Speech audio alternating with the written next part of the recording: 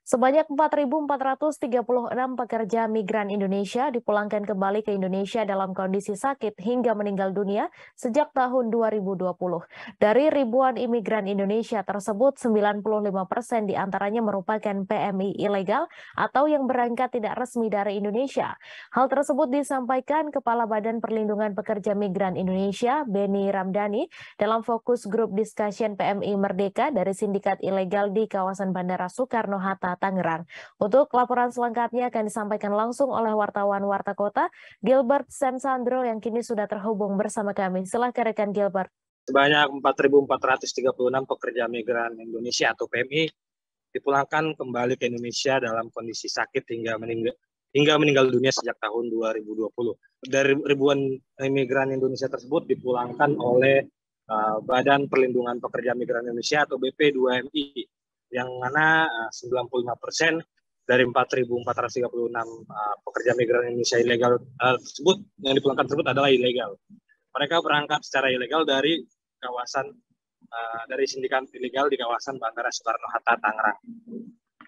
Dalam 2 tahun terakhir dari 4.436 tersebut, 1.400 diantaranya dipulangkan dalam kondisi meninggal dunia atau jenazah, sedangkan 3.036 PMI lainnya dipulangkan dalam kondisi sakit kembali ke tanah air. Kepala BP2MI, Beni Ramdhani mengatakan dalam kurun waktu tahun 2 tahun tersebut atau sejak tahun 2020 lalu, pihaknya BP2MI juga berhasil mencegah keberangkatan 2.540 PMI ilegal. Mayoritas kasus tindak kekerasan yang dialami oleh imigran Indonesia di luar negeri tersebut disebut Beni merupakan pekerja migran ilegal atau imigran gelap. Dan dari ribuan kasus tersebut didominasi pastinya oleh kaum perempuan dibanding kaum laki-laki ataupun ibu-ibu.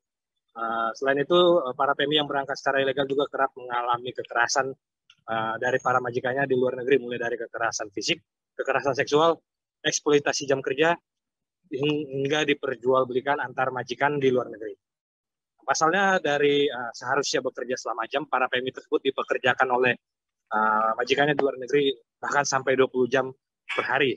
Lantaran memang para PMI bekerja tidak sesuai dengan perjanjian kerja ataupun tidak berdasarkan dengan panggilan perjanjian kerja. Selain itu, mereka juga kerap tidak dibayar hasil dari pekerjaan mereka. Menurut Beni, para imigran gelap tersebut bisa berangkat dari Indonesia secara ilegal dengan menggunakan modus visa palsu, yaitu visa turis, visa bagi masyarakat yang hendak menjalankan ibadah umroh, hingga visa ziarah ke luar negeri.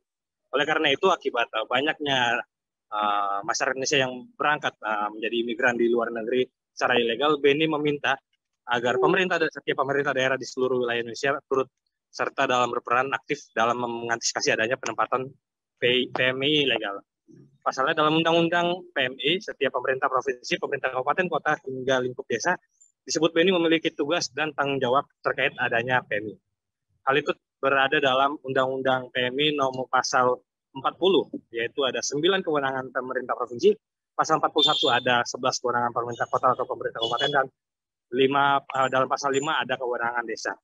Menurutnya, apabila pemerintah provinsi, pemerintah kota kabupaten, dan juga desa dapat bekerja sama dalam mengantisipasi keberangkatan PMI tersebut, permasalahan PMI ilegal yang kerap muncul setiap bulannya atau bahkan setiap hari di Indonesia dapat dicegah karena dapat terproteksi terlebih dahulu penanganan pergerakan para mereka. Selain itu, BP2MI juga membentuk Satgas, satuan tugas sikat sindikat, yang mana satuan tugas sikat sindikat tersebut bekerja disebut Beni dengan pola intelijen tanpa terdeteksi. Hal itu dilakukan untuk menggerebek atau menuju lokasi-lokasi atau titik-titik yang jadi penampungan para PMI ilegal sebelum diberangkatkan ke luar negeri.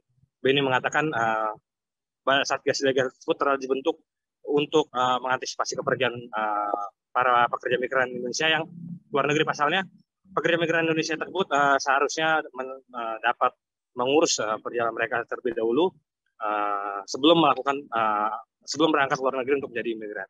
Dan BNI menyebutkan pekerja migran Indonesia ini harus dilindungi dan dijaga oleh pemerintah karena pekerja migran Indonesia merupakan menempati peringkat kedua pendapat pemasukan devisa negara bagi Indonesia. Demikian Mela sampaikan. Terima kasih rekan Gilbert Sensandro atas laporan Anda, dan Tribuners wartawan kami juga telah menghimpun wawancara dengan Kepala BP2MI. Berikut tayangannya untuk Anda. Ya, pembahasan besok itu 2 isu, ya, TPPO tujuan negara Malaysia dan juga Kamboja. Saya akan menyampaikan tambahan, mudah-mudahan menjadi perhatian semua pihak termasuk Menko, yaitu penempatan ilegal TPPO ke Timur Tengah.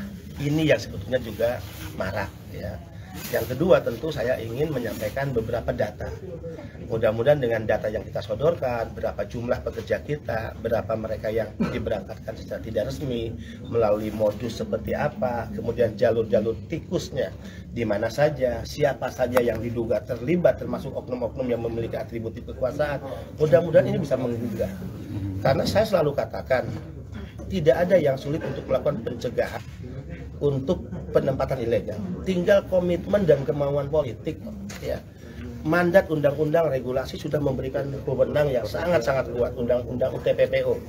Terima kasih sudah nonton. Jangan lupa like, subscribe, dan share ya.